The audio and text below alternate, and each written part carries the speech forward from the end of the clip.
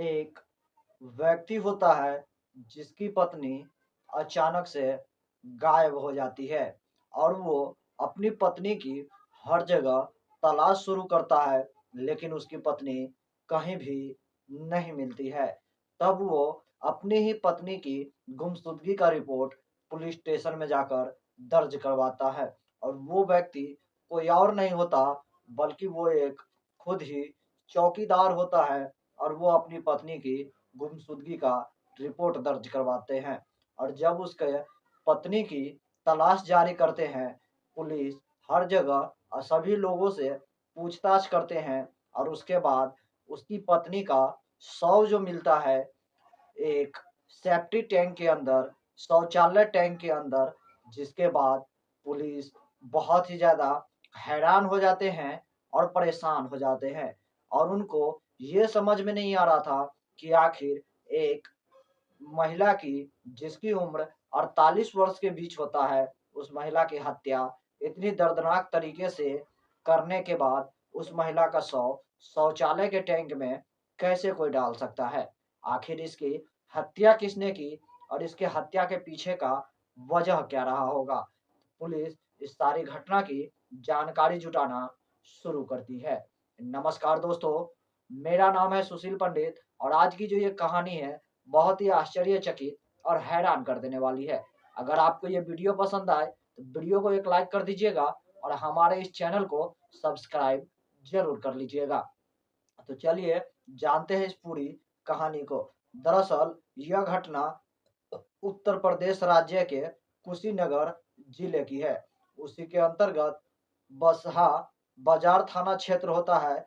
उसी थाना क्षेत्र के अंतर्गत एक सुगौली टोला गांव होता है। उसी गांव की ये कहानी है। एक चौकीदार होता है जिनका नाम जुगू यादव होता है और उनकी उम्र तकरीबन 50 से 52 वर्ष के बीच होता है और उसकी एक पत्नी होती है जिनका नाम गीता देवी होता है और उनकी उम्र 48 वर्ष होती है और उसकी एक पुत्रवधू होती है और उसका एक बेटा होता है जो कि कहीं दूसरी जगह रहता था, लेकिन किसी कारणवश उसकी मौत हो जाती है। अब उसकी जो है परिवार में एक पुत्रवधू और वो चौकीदार जो होते हैं वो और उसकी पत्नी गीता देवी तीनों रह रहे थे।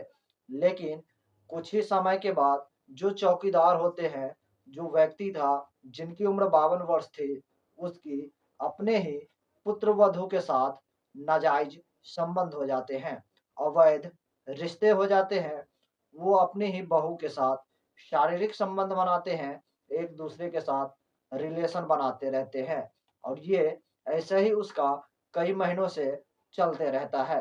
लेकिन एक दिन जब वो चौकीदार अपने ही पुत्रवधू से शारीरिक संबंध बना रहा होता है, तभी इसकी जो है पत्नी थी गीता देवी, वो अपनी आँखों से देख लेती है और उसके बाद वो अपने पति को इस तरह की कारनामों के लिए बार-बार मना करती है, लेकिन उसका जो पुत्रवधू थी, वो मानने को बिल्कुल भी तैयार नहीं होती है और उसका जो पति, जो कि चौकीदार था, वो भी इसके खिलाफ था कि वो पुत्रवधू के साथ शारीरिक संबंध बनाती है, रिलेशन बनाता है, तो उसके बीच में उसकी पत्नी ना बोले और आखिरकार जब इस तरह वो लगातार एक-दूसरे के साथ शारीरिक संबंध बनाते हैं, तो उसकी पत्नी गीता देवी को बर्दाश्त से बाहर हो जाता है।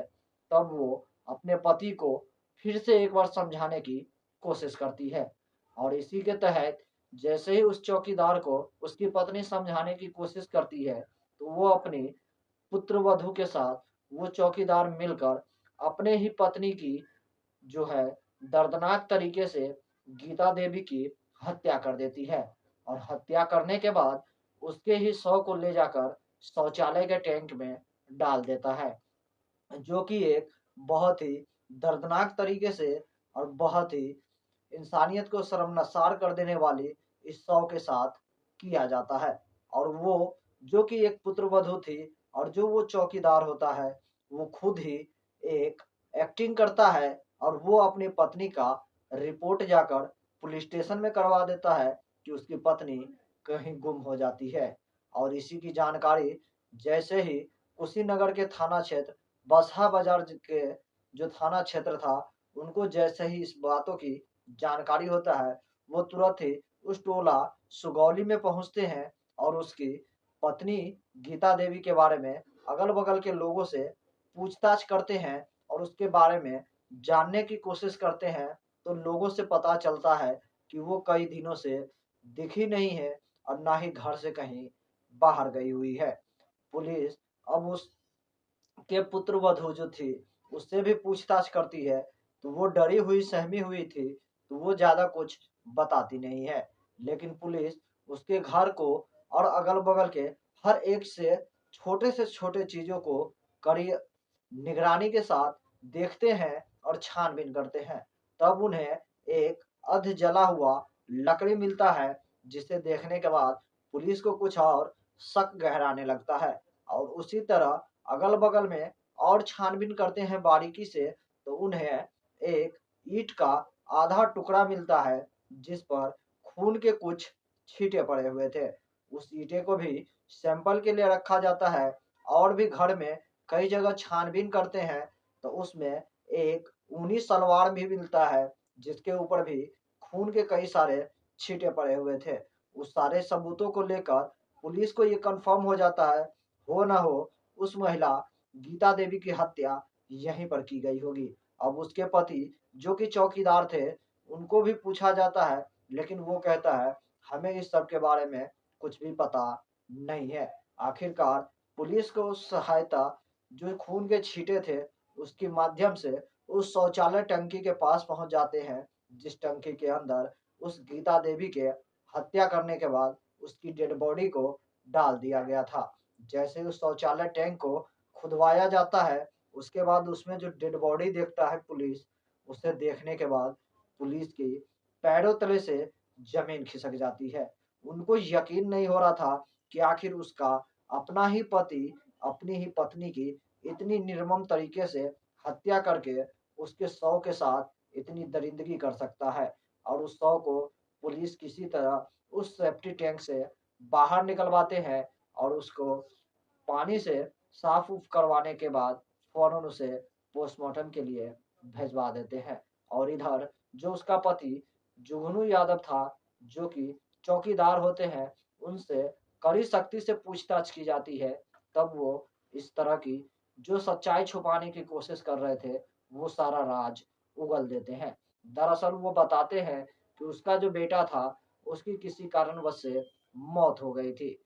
तो उसका जो पुत्रवधू है, यानी कि उसकी जो बेटे की पत्नी थी, वो भी इसके साथ रह रही थी और इन दोनों के बीच अवैध संबंध बन जाते हैं, अवैध रिश्ते बन जाते हैं और इसी को लेकर दोनों हमेशा एक कमरे में शारीरिक संबंध बनाते हैं, यानी कि बहू और ससुर के बीच नाजायज़ संबंध हो जाते हैं और शारीरिक संबंध बनाते रहते हैं। और एक दिन अचानक से उसकी सास गीता देवी देख लेती है।